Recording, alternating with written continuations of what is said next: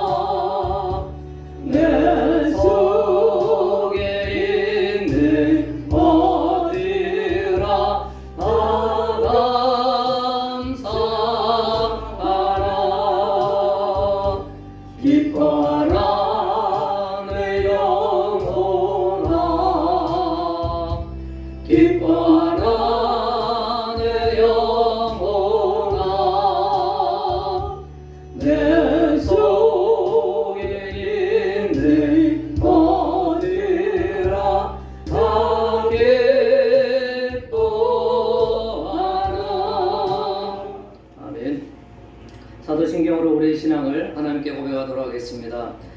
전능하사 천지를 만드신 하나님 아버지를 내가 믿사오며 그 외아들 우리 주 예수 그리스도를 믿사오니 이는 성령으로 잉태하사 동정녀 마리아에게 나시고 본디오 빌라도에게 고난을 받으사 십자가에 못 박혀 죽으시고 장사한 지 사흘 만에 죽은 자 가운데서 다시 살아나시며 하늘에 오르사 전능하신 하나님 편에 앉아 계시다가 저희로서 산자와 죽은 자를 심판하러 오시리라. 성령을 믿사오며 거룩한 공의와 성도가 서로 타는 것과 죄를 사하시는 것과 몸이 다시 사는 것과 영원히 사는 것을 믿사옵나이다. 아멘. 자리에 앉으셔서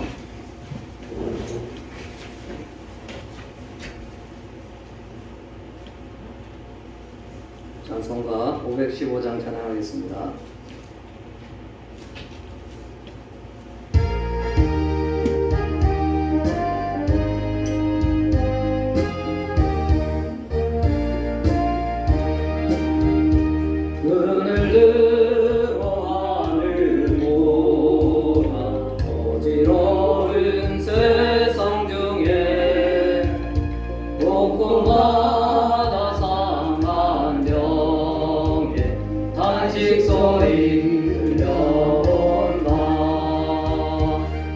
이름 많은 사람 길을 잃고 헤매이며 당나처럼 길이 나니 믿는 자여 어리할고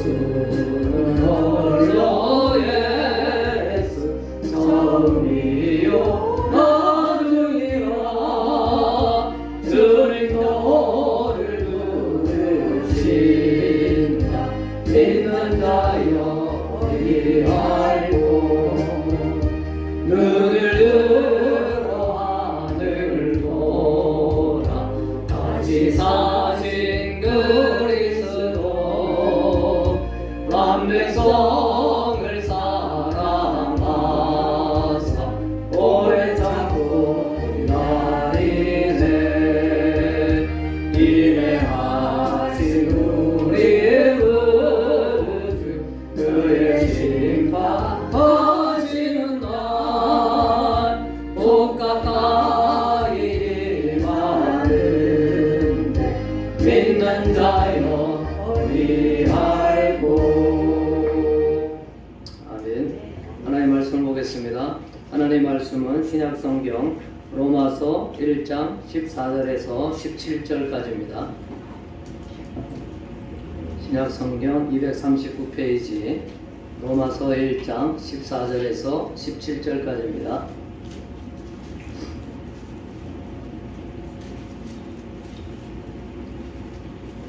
네, 저와 여러분이 교독하겠습니다. 헬라이나 야만이나 지혜 있는 자나 어리석은 자에게 다 내가 빚진 자라. 시작.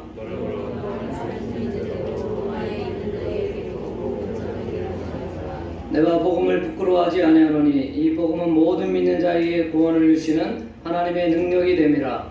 먼저는 유대인에게요 그리고 헬라인에게로다.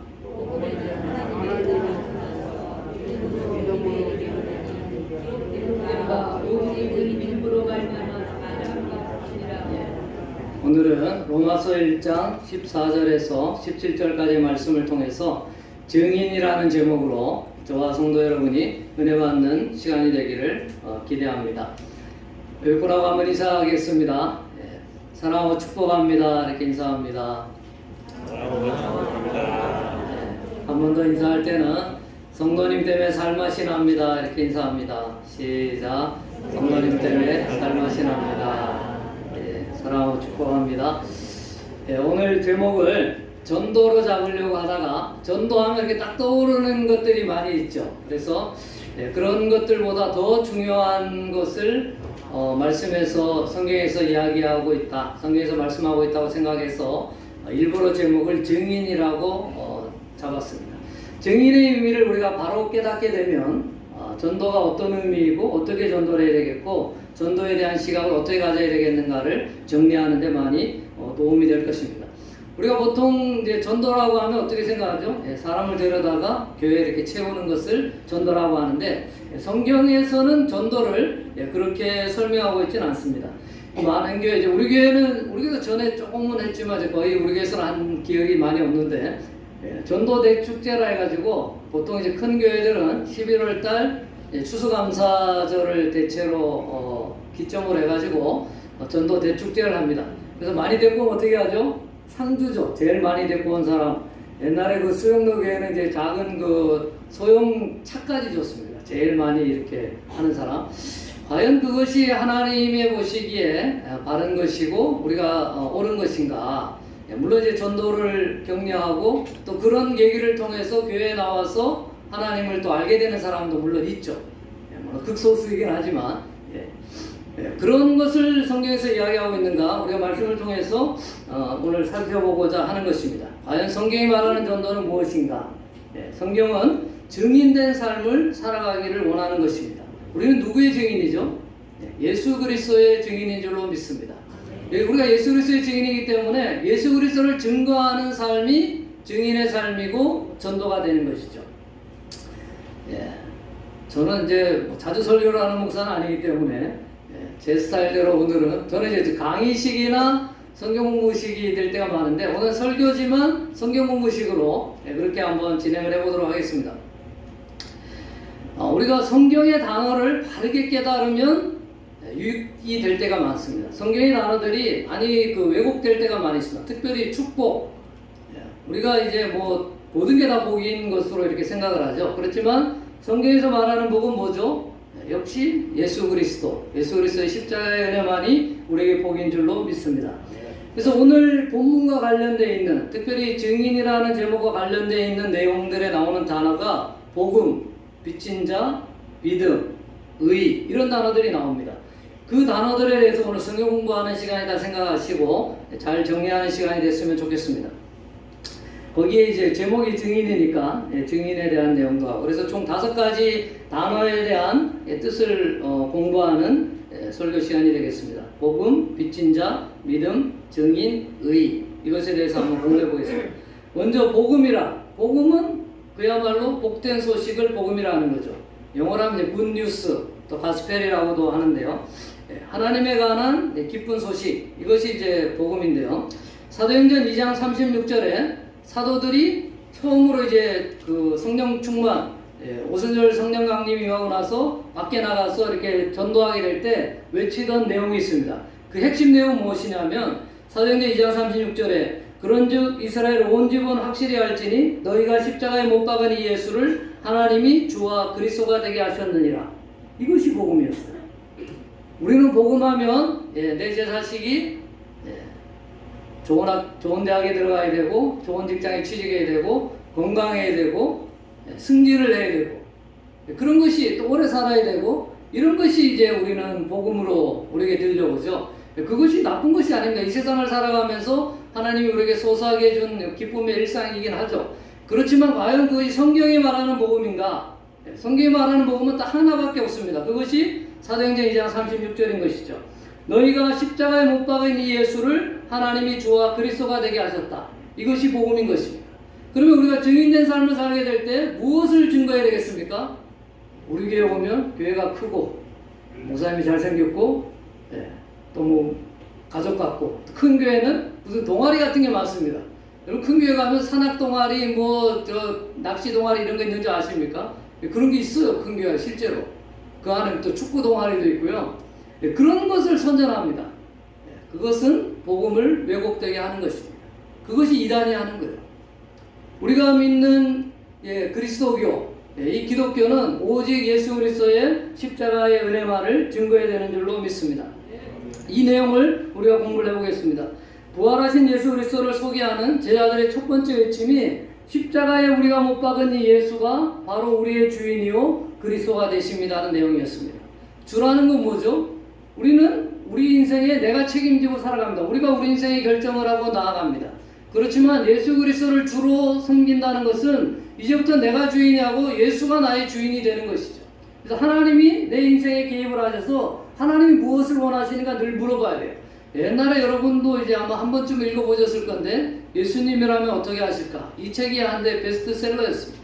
우리의 삶 가운데 예수님, 하나님이 어떻게 하실까? 나는 이렇게 결정해야 되는데 하나님은 어떤 선택을 하실까? 한번 물어보고 기도하고 결정하는 삶. 그것이 바로 내 인생의 주권을 내 자신의 주권을 내려놓고 내 가치관을 내려놓고 하나님의 말씀에 순복하며 살아가는 삶이 예수 그리스도를 주인으로 삼는 삶인 줄로 믿습니다.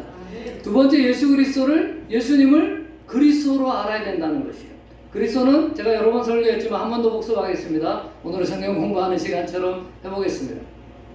구약 성경에서 이스라엘 사람들에게 이스라엘에서 왕, 선지자, 제사장 이 세 직분을 세우게 될 때 기름 부음의 의식을 행한다 그랬죠. 그리스도라는 것은 우리말로 번역하면 기름 부음을 받은 자입니다. 구약 성경에서 기름 부음의 의식을 받고 세워지는 사람은 왕, 선지자, 제사장이다. 근데 예수 그리스도 이렇게 붙이잖아요. 예수님은 이름이 없고 예수님 뒤에 호칭으로 항상 그리스도를 붙입니다. 왜냐하면 예수님이 왕, 선지자, 제사장의 직분을 이 땅에서 수행하셨기 때문에 그렇습니다.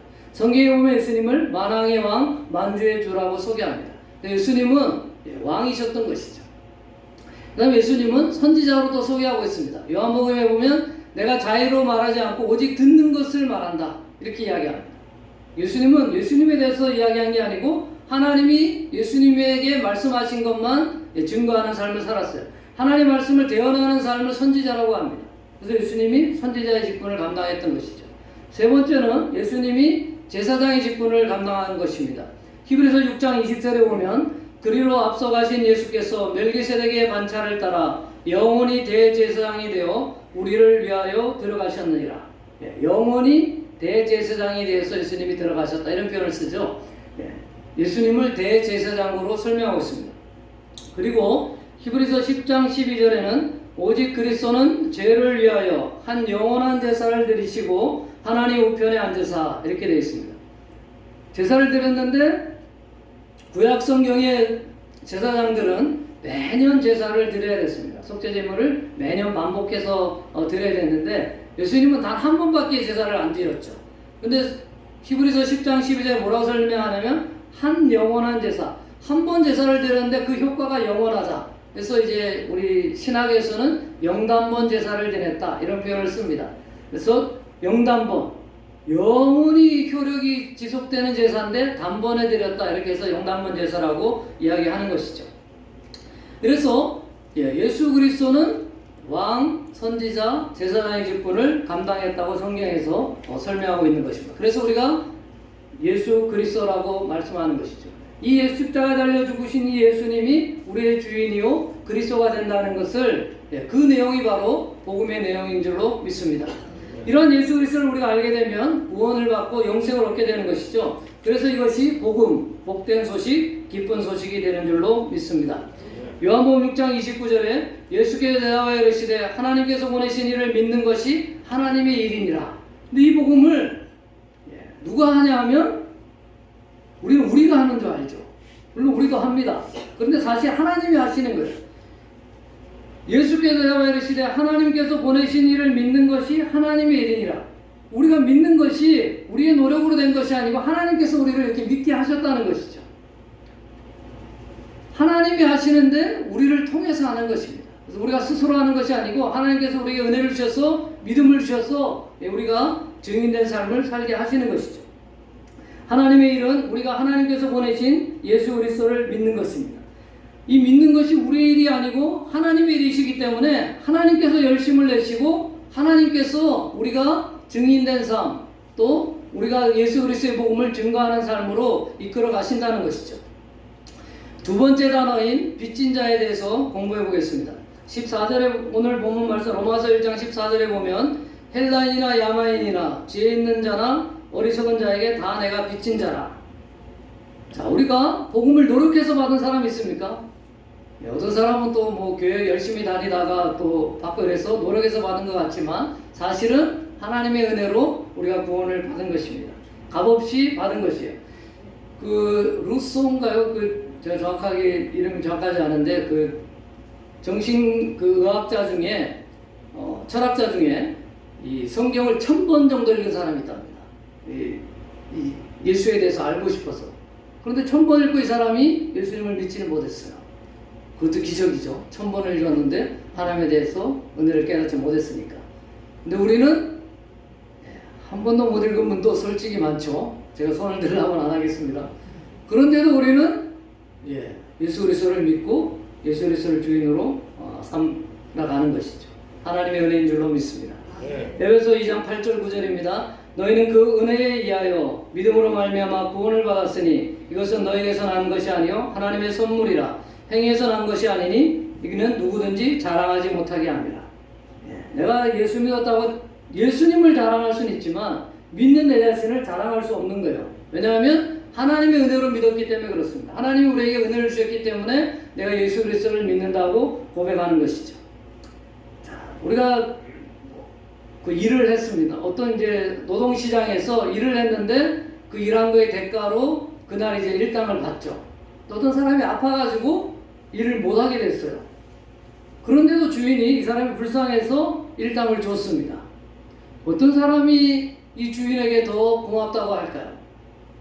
자기의 일을 열심히 한 사람이 고맙다고 할까요? 일을 하나도 못했는데도 주인한테 그 일당을 받은 사람이 고맙다고 할까요? 자기가 일을 못했음에도 불구하고 주인이 일당을 줬을 때 얼마나 감사하겠습니까? 그죠? 그것이 바로 복음입니다. 우리가 아무것도 한 게 없다는 걸 깨달아야 돼요. 나는 죄인이고 죽을 수밖에 없는 존재인데 하나님의 전적인 은혜로 내가 구원을 받았구나. 이것을 깨닫는 것이 값없이 하나님의 복음을 받았다. 그래서 우리가 빚진 자라는 것입니다. 우리가 노력해서 구원을 받았으면 빚진 자가 아닌 것이죠. 사도 바울은 그것을 알았던 것입니다. 내가 하나님의 한없는 은혜로, 무조건적인 은혜로 내가 구원을 받았구나. 또 하나님이 나를 이 복음의 사명자로 부르셨구나. 그걸 깨달았기 때문에 성경에 자기를 복음의 빚진 자라고 설명하는 것입니다. 저와 성도님들도 마찬가지입니다. 우리도 하나님의 은혜로 무상으로 이 복음을 받은 것입니다. 그래서 복음의 빚진 자인 줄로 믿습니다. 고린도전서 1장 21절에 하나님의 지혜에 있어서는 이 세상이 자기 지혜로 하나님을 알지 못하므로 하나님께서 전도에 미련한 것으로 믿는 자들 구원하시기를 기뻐하셨도다.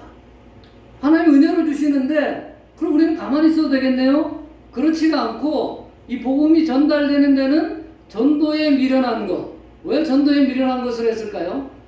하나님이 한번 밤중에 밤중이 아니라 낮에도 나타날 수 있고 질병도 고치실 수 있고 많은 기적과 능력을 베풀 수 있는 분인데 복음 전도는 그렇게 하나님이 선택하지 않으셨다는 겁니다. 이미 믿은 저와 여러분을 통해서 하나님이 복음이 흘러가는 전도의 미련한 방법으로 하나님이 구원이 흘러가는 것을 하나님이 선택하신 것이죠. 그 가운데 하나님의 은혜도 경험하고 그 가운데 우리의 실패도 경험하고 그래서 하나님을 더 의지하게 하고 기도함으로 하나님이 돕는 것을 경험하는 그 전도의 여정에 저와 여러분을 부르신 줄로 믿습니다. 세 번째는 믿음에 대해서 공부하겠습니다. 믿음에 대해서 오늘 16절 17절 같이 한 번 더 읽겠습니다. 시작. 내가 복음을 부끄러워하지 아니하노니 이 복음은 모든 믿는 자에게 구원을 주시는 하나님의 능력이 됨이라. 먼저는 유대인에게요 그리고 헬라인에게로다. 복음에는 하나님의 의가 나타나서 믿음으로 믿음에 이르게 하나니 기록된 바 오직 의인은 믿음으로 말미암아 살리라 함과 같으니라. 믿음은 우리가 여러 번 설교를 듣고 또 성경 공부도 많이 하시고 해서 믿음에서 잘 알겠지만 한 번 더 짧게 정리하는 시간을 가져보겠습니다. 복음을 부끄러워하지 않았다. 사도 바울이 이런 표현을 씁니다. 그럼 그전에는 부끄러워했다는 거죠. 사도 바울이 복음을 좋아하지 않았습니다. 시시한 것으로 여겼고 복음은 뭐라고요? 너희가 십자가에 못 박힌 예수가 주와 그리스도가 된다는 소식. 이것이 복음입니다. 이 그리스도가 십자가에 죽었지만 살아났기 때문에 이 예수 그리스도를 믿기만 하면 뭘 믿어요? 예수 그리스도가 주인이고 그리스도인 것을 믿기만 하면 우리가 구원을 받는다는 것이 복음인데 이 복음, 예수님을 사도 바울이 인정하지 않았고 예수 믿는 사람을 찾아와서 죽이는 일에 사도 바울이 힘썼던 것이죠. 그래서 복음을 부끄러워한 사람이었습니다. 그렇지만 이제 다메섹 도상에서 예수 그리스도를 만난 다음에 사도 바울은 자기가 아는 모든 고상한 지식을 배설물로 여기는 것처럼 예수 그리스도를 가장 존귀한 것으로 여기고 살아갔던 것이죠. 그래서 복음을 부끄러워하지 아니한다 이런 표현을 쓰는 것입니다. 믿는 자는 구원을 받고 의인은 믿음으로 산다고 로마서 1장 16절 17절에 설명하고 있죠. 그럼 믿음이란 과연 무엇을 설명합니까? 요한복음 1장 12절에 영접하는 자 곧 그 이름을 믿는 자들에게는 하나님의 자녀가 되는 권세를 주셨으니 이렇게 표현합니다. 그 이름을 믿는 자가 뭐냐면 영접한다고 했어요. 뭘 영접하는 겁니까? 예수 그리스도를 내 마음에 영접하는 것이 믿음이라는 것이죠. 믿음은 바로 예수 그리스도를 영접하는 것인 줄로 믿습니다. 우리가 잘 아는 전도형 소책자 그 사형리에 이것을 아주 잘 설명하고 있습니다. 그 소책자 사형리에서 영접한다는 것을 이렇게 설명합니다. 그리스도를 영접한다는 뜻은 나 중심에서 하나님 중심으로 전환하는 것이며 내 안에 들어오셔서 내 죄를 용서하시고 그분이 원하시는 사람이 되도록 그리스도께 나를 맡기는 것입니다. 사형리 전도할 때 이것을 한번 읽어주고 이것을 따라서 하게 합니다. 자, 여러분도 한번 제가 한 대로 한번 따라서 해보겠습니다. 나 중심에서 하나님 중심으로 전환하는 것이며 내 안에 들어오셔서 나를 용서하시고 하나님이 원하시는 사람이 되도록 그리스도께 나를 맡깁니다. 이 고백을 하는 사람이 예수 그리스도를 이제 믿게 되는 것이죠. 물론 그것도 하나님의 은혜로 하는 것입니다. 하나님의 은혜가 없으면 그런 고백이 나올 수가 없는 것이죠. 성령으로 인하지 않고는 그리스도를 주라 시인할 수 없다고 성경에 기록되어 있잖아요. 그래서 우리가 예수님을 주인 그리스도라고 고백하는 것은 내 힘으로 되는 것이 아니고 성령 하나님의 도우심, 성령 하나님의 임재로 가능한 줄로 믿습니다. 믿음은 결국 나를 부인하는 것입니다. 내가 내 삶의 주인으로 살아왔던 것을 내려놓고 하나님이 내 인생의 주인, 예수 그리스도가 내 인생의 주인 된 삶을 살아가는 것인 줄로 믿습니다. 그 삶에 대해서 갈라디아서 2장 20절에 잘 설명하고 있습니다. 내가 그리스도와 함께 십자가에 못 박혔나니 그런즉 이제는 내가 사는 것이 아니요 오직 내 안에 그리스도께서 사시는 것이라. 이제 내가 육체 가운데 사는 것은 나를 위하여 자기 몸을 버리신 하나님의 아들을 믿는 믿음 안에서 사는 것이라. 제가 대학생 때 고신의대 다닐 때 이제 겨울 수련회 때 주제가가 이거였어요. 그래서 일주일 내도록 하도 여러 번 이제 이 찬양을 갈라디아 2장 20절 찬양을 했던 것이 기억이 납니다. 한마디로 내가 죽고 예수가 사는 삶이 믿음의 생활인 줄로 믿습니다. 내가 죽는 것, 내 인생이 내 마음대로 되어야 되는데 내 마음대로 되지 않는 것을 누가 좋아하겠습니까? 그래서 이 믿음의 생활로 들어오기가 쉽지가 않은 것이에요. 그런데 저와 여러분은 뭐 특별하게 한 게 없는데 예수 그리스도를 믿고 예수 그리스도를 주인 삼고 여기에 앉아 계신 것이죠. 이것이 하나님의 큰 은혜인 줄로 믿습니다. 믿음은 그래서 내 힘으로 되는 것이 아닙니다. 하나님의 은혜로 선물로 주어지셔야지만이 믿음의 삶이 가능해지는 줄로 믿습니다. 나를 부인하고 예수님을 주인으로 삼는 삶을 살아가는 순복음사직의 성도님들이 되시기를 축원합니다. 네 번째는 증인입니다. 증인은 바로 이러한 믿음의 복음을 증거해야 하는 것입니다. 무엇보다 우리의 삶으로 예수 그리스도가 증거되어야 되는 줄로 믿습니다. 세상은 남보다 하나 더 가지려고 하죠. 남보다 더 높아지려고 합니다. 그렇게 했을 때 예수 그리스도가 증거되겠습니까? 십자가의 삶이 증인된 삶인 줄로 믿습니다. 예수 그리스도의 섬김의 삶이 증인된 삶인 줄로 믿습니다. 예수 그리스도의 삶에 대해서 잘 설명하고 있는 성경 구절이 빌립보서 2장 3절에서 8절입니다. 제가 빠르게 읽어드리겠습니다. 아무 일이든지 다툼이나 허용으로 하지 말고 오직 겸손한 마음으로 각각 자기보다 남을 낮게 여기고 각각 자기를 돌아볼 뿐더러 또한 각각 다른 사람들의 일을 돌보아 나의 기쁨을 충만하게 하라. 너희 안에 이 마음을 품으라. 곧 그리스도 예수의 마음이니 그는 근본 하나님의 본체시나 하나님과 동등됨을 취할 것으로 여기지 아니하시고 오히려 자기를 비워 종의 형체를 가지사 사람들과 같이 되셨고 사람의 모양으로 나타나사 자기를 낮추시고 죽기까지 복종하셨으니 곧 십자가에 죽으심이라. 아멘. 나보다 남을 낮게 여기는 것입니다. 우리는 인간은 육체를 가지고 살아가기 때문에 이기주의가 될 수밖에 없어요. 자기가 먼저입니다. 항상 자기 몸이 아픈 게 먼저잖아요. 다른 사람 돌보는 것보다. 그러지만 성경은 분명히 나보다 남을 낮게 여기라, 남을 먼저 배려하고 또 좋게 여기라는 것이죠. 그리고 상대방을 돌아보라고 되어 있습니다. 그리고 하나님의 말씀에는 순종하는데 어느 지경까지 순종하냐면 예수 그리스도가 십자가에 달려 죽기까지 복종하셨기 때문에 성도에게도 요구되는 삶은 순교의 삶, 십자가의 죽으심의 삶까지 복종하는 삶인 줄로 믿습니다. 이 삶에 하나님께서 저와 성도님들을 부르신 것입니다. 사도행전 1장 8절에 오직 성령이 너희에게 임하시면 너희가 권능을 받고 예루살렘과 온 유대와 사마리아와 땅끝까지 이르러 내 증인이 되리라 하시니라. 증인이 될 것이다. 되리라. 되리라. 반드시 된다는 거죠. 그래서 하나님의 말씀은 어떤 것이죠? 예수 그리스도의 말씀, 하나님의 말씀은 이루어집니까? 안 이루어집니까? 100% 이루어지는 것이죠. 그래서 예수 그리스도를 믿는 저와 성도님들은 이미 하나님의 증인이 된 줄로 믿습니다. 그런데 증인이 된 제자들의 삶이 어떠했습니까? 성경에 나와 있죠. 증인된 삶을 살았습니다. 예수 그리스도의 십자가의 죽으심 부활의 이후로 오순절 다락방에서 성령의 충만을 받은 사도들이 이제 나가서 하나님의 복음을 증거하기 시작합니다. 그래서 많은 사람들이 그 복음을 들고 예수 그리스도를 믿고 그 믿는 숫자가 늘어났다고 되어 있어요. 그런데 그 증인의 삶을 살았던 사도들의 삶이 어땠냐면 우리가 잘 아는 대로 성경에서 다 또 기독교 역사에서 다 십자가에 달려 죽었습니다. 겨우 한 사람 안 죽었는데 사도 요한이죠. 사도 요한은 밤모섬에 유배돼서 평생을 거기에 살다가 죽음을 맛보았습니다.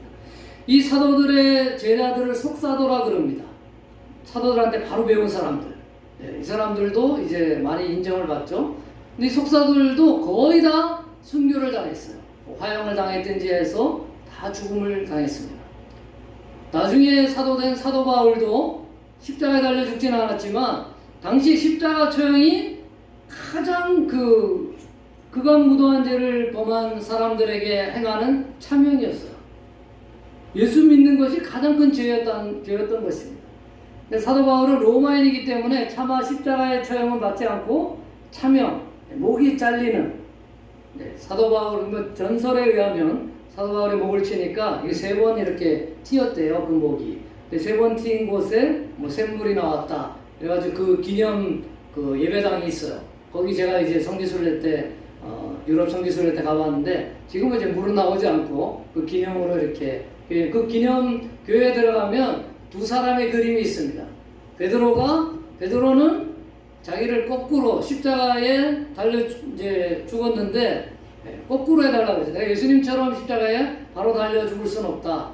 그렇게 해서 이제 거꾸로 달려 죽는 그 모양이 되어 있고요. 그 다음에 그 바울은 차명, 목이 잘리는 장면이 그 예배당에 있는 것을 제가 보았습니다.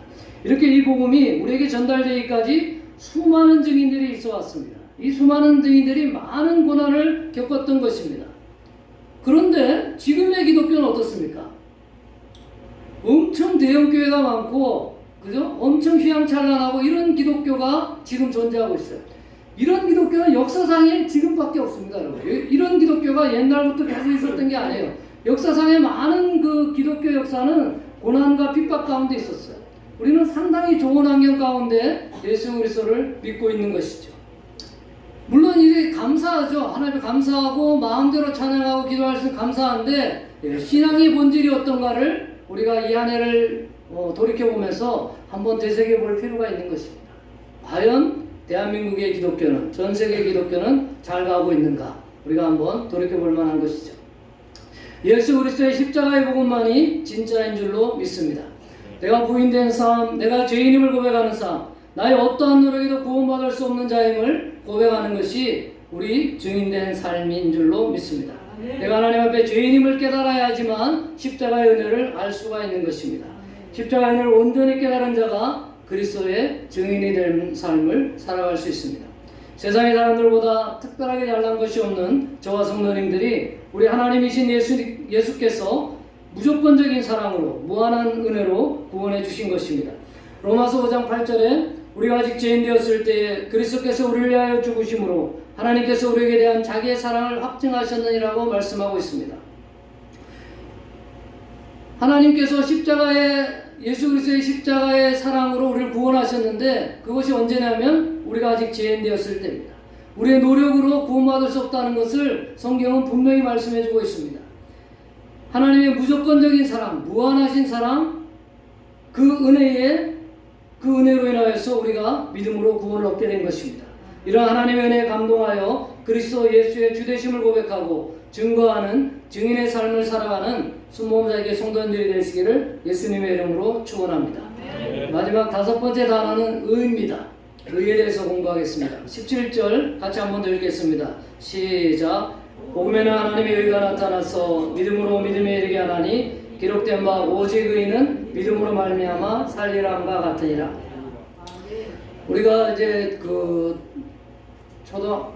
초등학교 때도 있고 중학교 고등학교 때 역사 시간이나 사회 시간에 공부할 때 보면 위인, 의인 이런 게 나오죠. 위인전도 보고 의인이라고 불린 사람들. 그런 사람들 주로 어떤 사람들이죠? 우리나라의 대표적인 사람들은 일제시대 때 우리나라 이제 일제강점기 때 우리나라의 이제 해방을 위해서 독립을 위해서 목숨을 바친 사람들 이런 사람들 이제 의인이라고 그러죠. 또 조금 이제 현대로 와서는 전태일 씨 이런 사람 이제 이렇게 노동운동하다가 자기 몸을 불사하는 사람 이런 사람 의인이라고 합니다. 그리고 철로에 빠진 일본인을 구해줬던 이수연 씨 이 사람 지금도 일본에 가면 영웅입니다. 그런 사람 의인이라고 그러죠. 또 이제 죽을 때 장기 기증하고 떠났던 김수환 추기경 이런 사람도 이제 많은 사람이 그러지 않지만 천주교사한테 의인이라고 하고요. 또 성철 스님 불교의 무소유를 소유하고 이런 사람도 이제 의인의 반열에 사람들이 많이 올려놓습니다. 성경에서도 과연 이런 사람들을 의인이라고 할 것인가? 성경에서는 어떤 것을 의라고 하고 어떤 사람을 의인이라고 할까요? 제일 처음에 의라는 단어가 나오는 게 창세기입니다. 창세기 15장 6절에 아브라함이 여호와를 믿으니 여호와께서 이를 그의 의로 여기시고. 아브라함이 뭘 했다고요? 하나님이 바다의 모래와 같이 하늘의 별과 같이 내 자손을 많게 하겠다. 아직 자손도 없는 이 아브라함에게 그런 약속을 합니다. 근데 이것을 아브라함이 믿었어요. 그러니까 여호와께서 이를 그의 의로 여기셨다. 아브라함의 어떤 행동을 하나님이 의롭게 여기신 것이 아니고 하나님의 말씀을 믿었는데 그 믿음을 의로 여겼다, 이렇게 이야기하는 것이죠. 17절에서 이 의인은 믿음에서 믿음으로 이르게 한다고 합니다. 어떤 행동이 요구되는 것이 아닌 것입니다. 성도는 하나님 앞에서 나의 행위, 나의 노력, 나의 성공을 다른 사람에 나타내는 존재가 아니라 나같이 죽을 수밖에 없는 죄인을 하나님의 무한하신 사랑으로 그 십자가의 죽으심의 은혜로 구원해 주시는구나 하는 것을 믿게 되었을 때, 그 믿음을 깨달았을 때 우리를 하나님께서 의인이라고 칭해 주는 줄로 믿습니다. 오늘 말씀을 정리하겠습니다. 하나님은 저와 성도님들을 복음의 증인으로 부르셨습니다. 복음은 뭐라 그랬죠? 예수님이 그리스도가 되시고 주가 된다는 것이 복음이라고 설명드렸습니다. 우리는 이 예수님을 믿음과 동시에 증인이 되었다고 성경에서 말씀하고 있습니다. 증인은 나를 증거하는 것이 아니라 예수 그리스도를 삶으로 나타내는 사람들입니다. 내 자아가 죽고 내 안에 예수님이 사시는 삶을 살아가는 성도님들이 되시기를 예수님의 이름으로 축원합니다. 내가 죄인임을 깨닫고 나의 노력이 아닌 오직 십자가의 구원의 은혜로만 구원이 이루어짐을 믿는 것이 의임을 깨닫고 그 믿음의 의를 우리에게 주신 하나님의 은혜에 감사하며 살아가는 순범사에게 성도들이 되시기를 예수님의 이름으로 축원합니다. 오늘 증인이라는 제목의 설교를 생각하시면서 이 시간 주여 일창하고 통성으로 기도하는 시간 갖겠습니다. 주여, 사랑하는 주님 감사합니다. 하나님의 구원의 참된 복음에 아버지 우리에게 오기까지 많은 선진들의 고난의 역사와 고난의 고통의 역사, 순교의 역사가 있었지만 하나님 그 복음이 우리 가운데 전달되었고 우리에게 하나님 성령 하나님의 은혜로 예수 그리스도를 주라고 고백하며 예수 그리스도라고 고백하는 저희의 삶이 되게 하시니 감사합니다. 이제 우리를 증인의 삶으로 부르셨사오니 이 증인의 삶을 하나님께 고백하며 나아가는 순모자의 성령 받을 수 있도록 인도하여 주시옵소서.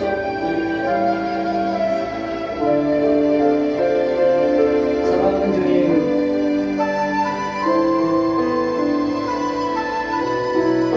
사랑하는 주님 감사합니다. 오늘 증인에 대해서 설교 말씀을 듣게 하시니 감사합니다. 하나님, 세상의 사람보다 잘난 것이 없는 저희들 하나님의 전적인 은혜로 무한하신 은혜, 한량없는 은혜로 하나님 믿는 그리스도인이 되게 하신 것 감사합니다. 예수를 주라고 고백하고 그리스도라고 고백하는 그 복음을 우리 가운데 허락하시니 감사합니다. 그 복음을 믿는 이 믿음을 증거하는 삶, 증인된 삶, 예수님과 같이 나보다 남을 낮게 여기고 십자가에 죽기까지 복종하셨던 예수 그리스도의 삶처럼 말씀에 복종하는 증인된 삶을 살아가는 스모세 성령 될 수 있도록 인도하여 주시고 바랍니다. 하늘을 돌이켜보며 이 귀한 복음 증거의 삶에 저희들을 부르신 하나님에 감사하며 또 새해를 계획하며 하나님의 복음을 증거하고자 애를 쓰는 스모세의 모든 성령 될 수 있도록 인도하여 주십시오. 감사드리고 예수님의 이름으로 기도했습니다. 아멘. 찬송가 500장 찬양하겠습니다.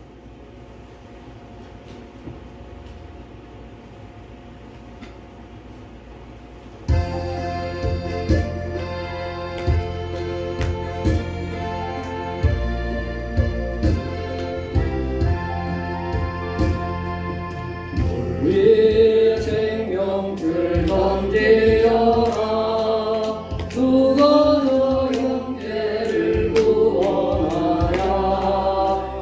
우리의 가까운 형제이니 이 생명줄 누가 던지려나. 생명줄 던져, 생명줄 던져 물속에 빠져간다.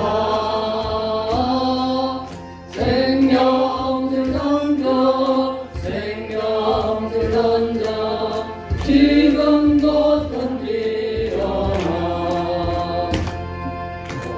멀리 생명줄 던지어라 영들여 어찌 기체하랴 보아라 저 영들 빠져간다 이 구도선 하우서 속히 가라 생명줄 던져 생명줄 던져 물속에 빠져간다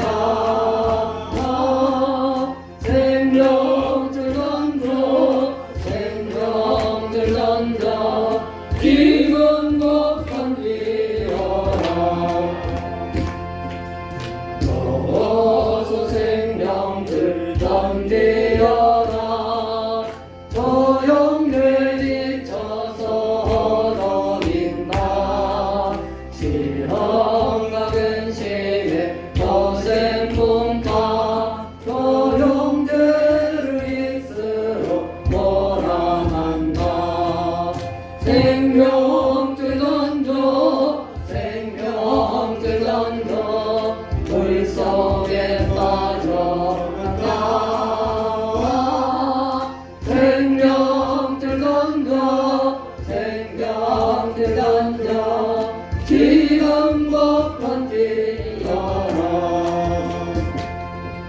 이런 풍파가 어찌 나고 건너편 언덕에 이르리니 영재여 어찌 직체하라 오 생명줄 던져서 구원하랴 생명줄 던져 생명줄 던져 물속에 빠져간다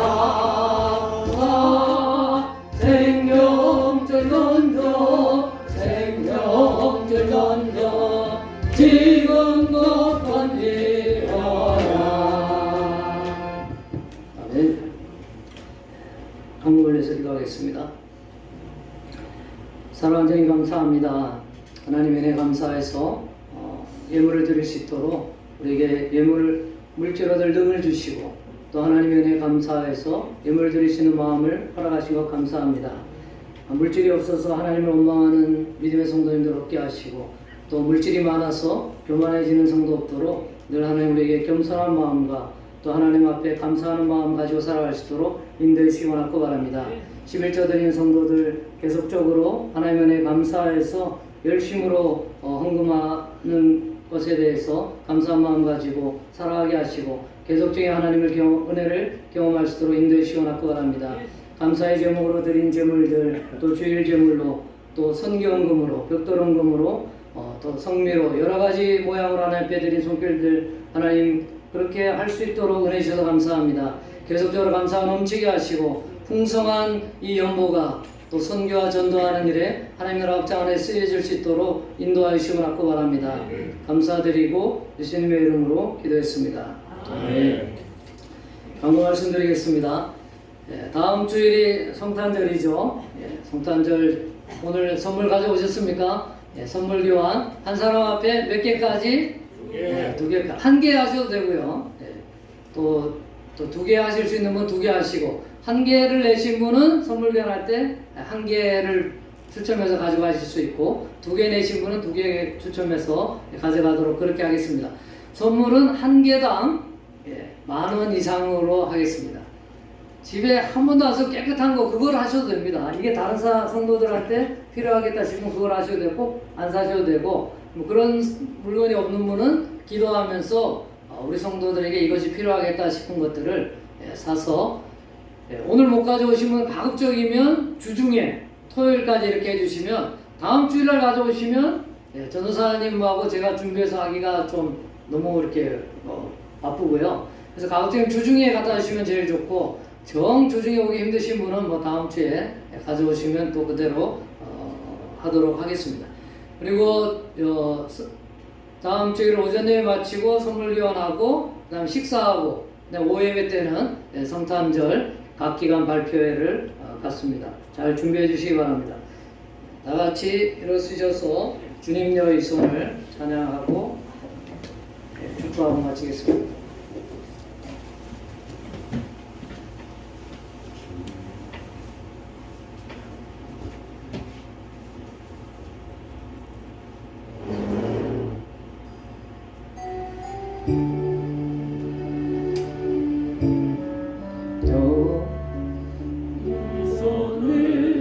반주 없이 하겠습니다. 맞추기가 너무 어려워가지고 시작하시죠.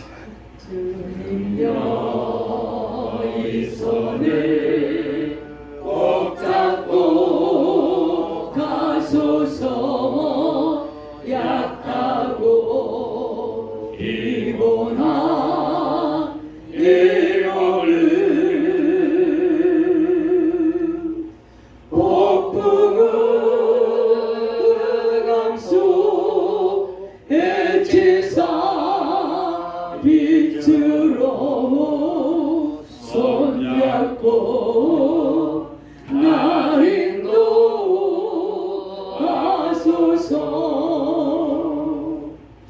인생이 힘들고 고난이 겹칠 때에 주님여 날 도와 주소서. 외치는 이 소리 귀 기울이시사 손잡고 날 인도하소서.